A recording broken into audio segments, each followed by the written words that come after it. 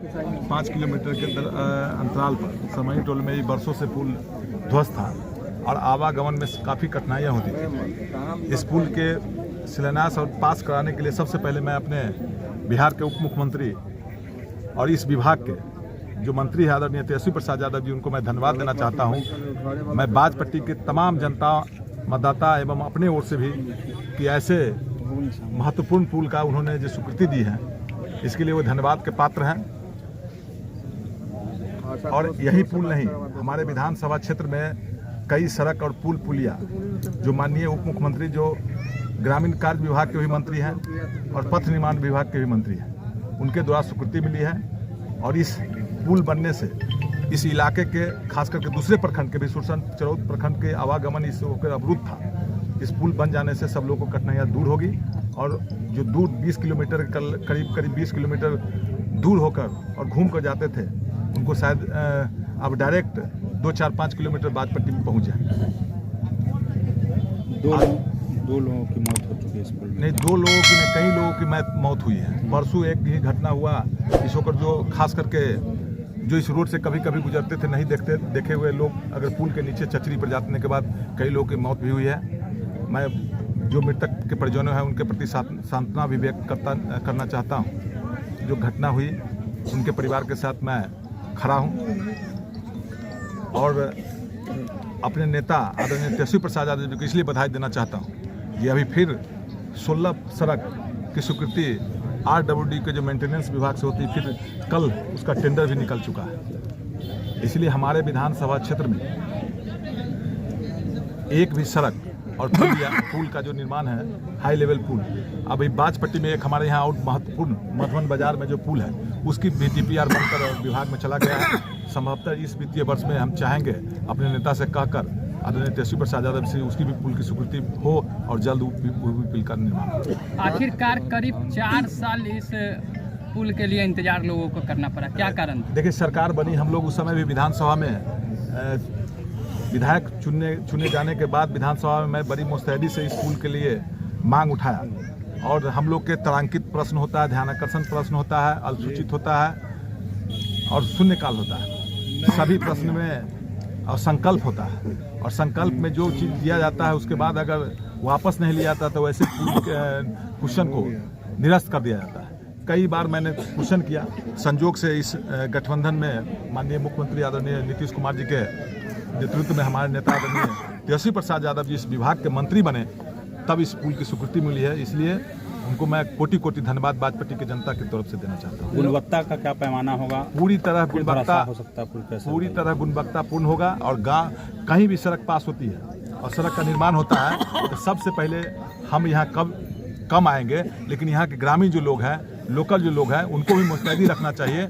और काम में कहीं गुणवत्ता पर अगर गड़बड़ी होती है तो हमको भी सूचना दे। आप लोग मीडिया के साथ ही हैं, हम भी बड़े अधिकारी जो होंगे इस विभाग के इंजीनियर, चीफ इंजीनियर, उनसे भी वार्ता कर और गुणवत्तापूर्ण पुल का निर्माण पूर्ण होगा। कितने की लागत से ये पुल? 9.25 करोड़ की लागत से यह पुल का निर्माण होगा। लोगों का कहना है कि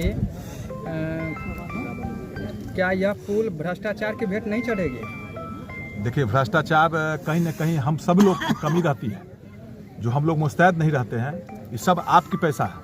जनता के पैसा से कोई भी निर्माण होता है, कहीं न कहीं हम लोग पर बोझ पड़ता है। और जनता के ही लागत से जनता के काम करने के लिए पुल का निर्माण, पुल या सड़क हो या कहीं हो, सब जनता के हित के लिए किया जाता है और जनता के ही पैसा से यह निर्माण होता है। विभागीय पदाधिकारी भेंट लेकर उल्टा सीधा काम कोई पास कर देते हैं, कई बार रोड वगैरह भी टूट जाता है जल्दी।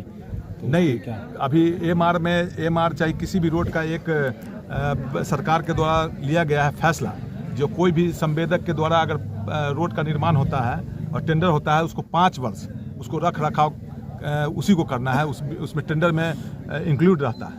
और कोई भी संवेदक जो अच्छा संवेदक है वो नहीं चाहेगा कि हम अच्छा से काम नहीं करें, वो भी चाहेगा कि अब अच्छा से काम करें। क्योंकि आपके द्वारा या ग्रामीण के द्वारा कहीं अगर उस पर शिकायत मिलती है तब 6 महीना पर ही उनको मेंटेनेंस का रोड को दिखाना पड़ता है। रोड हो या पुल हो, उनको दिखाना पड़ेगा। 6 महीना का मेंटेनेंस की जो राशि होती है वो 6 महीना पर 5 साल तक 6 महीना का जो टेन्योर है उस पर दिखाना पड़ेगा जो ये रोड ठीक है। और उस समय कभी कभी देखते हुए कहीं रोड क्षतिग्रस्त हो गया है तो संवेदक के द्वारा उसको रिपेयरिंग किया जाता है। अब कितने दिन में तैयार हो जाएगा ये पुल? ये 12 महीना इसका समय सीमा है। हम चाहेंगे जो बरसात से पहले संवेदक को कहकर और इंजीनियर को कहकर हम चाहेंगे जो बरसात से पहले पुल का निर्माण हो, ताकि इस बरसात में लोगों को कठिनाइयाँ नहीं करना।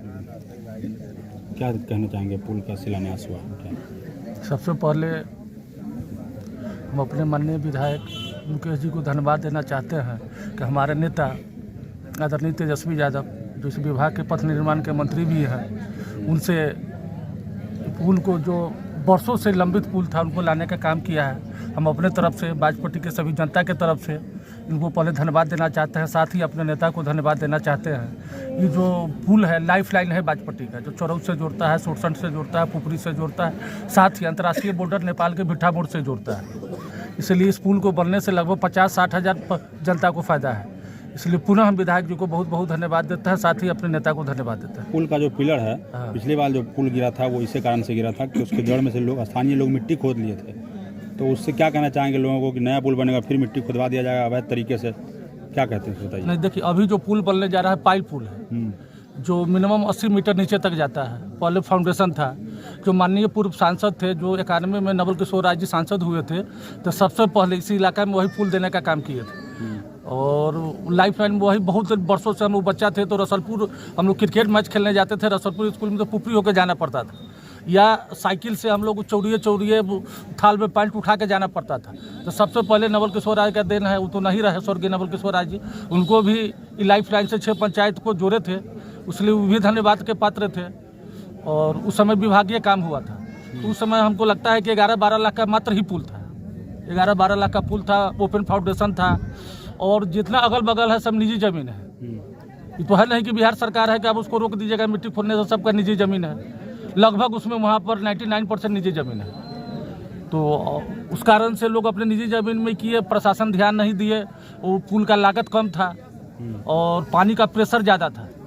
जब बाद में चल के जो बाढ़ आने लगी तो पानी का प्रेशर ज़्यादा था, तो उसके कारण पुल पानी को सहन नहीं कर पाया। ये नहीं है कि मिट्टी खोदने से टूटा है, पुल के ऊपर से पानी बहने लगा। इस समय इतना भयानक बाढ़ थी कि ऊपर से बहने लगा, लोड नहीं सह पाया, इसलिए पुल का पिलर गिर गया। अब जो है सब पाइलिंग पुल है, लगभग 80 मीटर 60 मीटर नीचे जाएगा, तो मिट्टी खोदने से भी उस पर कोई फर्क नहीं पड़ेगा। आज बाजपट्टी में माननीय मुकेश यादव के द्वारा जो पुल का शिलान्यास किया गया, उसके लिए मैं माननीय विधायक को तहे दिल से शुक्रिया अदा करता हूँ। और जितने भी पुल हैं अभी तक बाजपट्टी में, जितने भी पुल है उसमें एक बाजपट्टी बचा हुआ है, उसके लिए भी माननीय विधायक जी के द्वारा कहा गया कि DPR बन के भेजा गया है। तो वो पुल के बाद जितने भी सड़कें हैं, जो अभी श्याम गोपाल जी के द्वारा जो कहा गया है कि गुणवत्ता का क्या रहेगा मामला, तो गुणवत्ता के लिए जितने जनप्रतिनिधि लोग हैं या जो लोकल लोग हैं, जो ग्रामीण लोग हैं, वो देखें कि जहाँ पर अगर काम में कुछ कमी हो रही है, कुछ गड़बड़ हो रहा है, तो आप लोग जानकारी हमको भी दीजिए। हम लोग माननीय विधायक जी को जानकारी देंगे कि गुणवत्ता में कोई समझौता नहीं हो, कि आगे चलकर कुछ दुर्घटना या कुछ हादसा ऐसा न हो सके।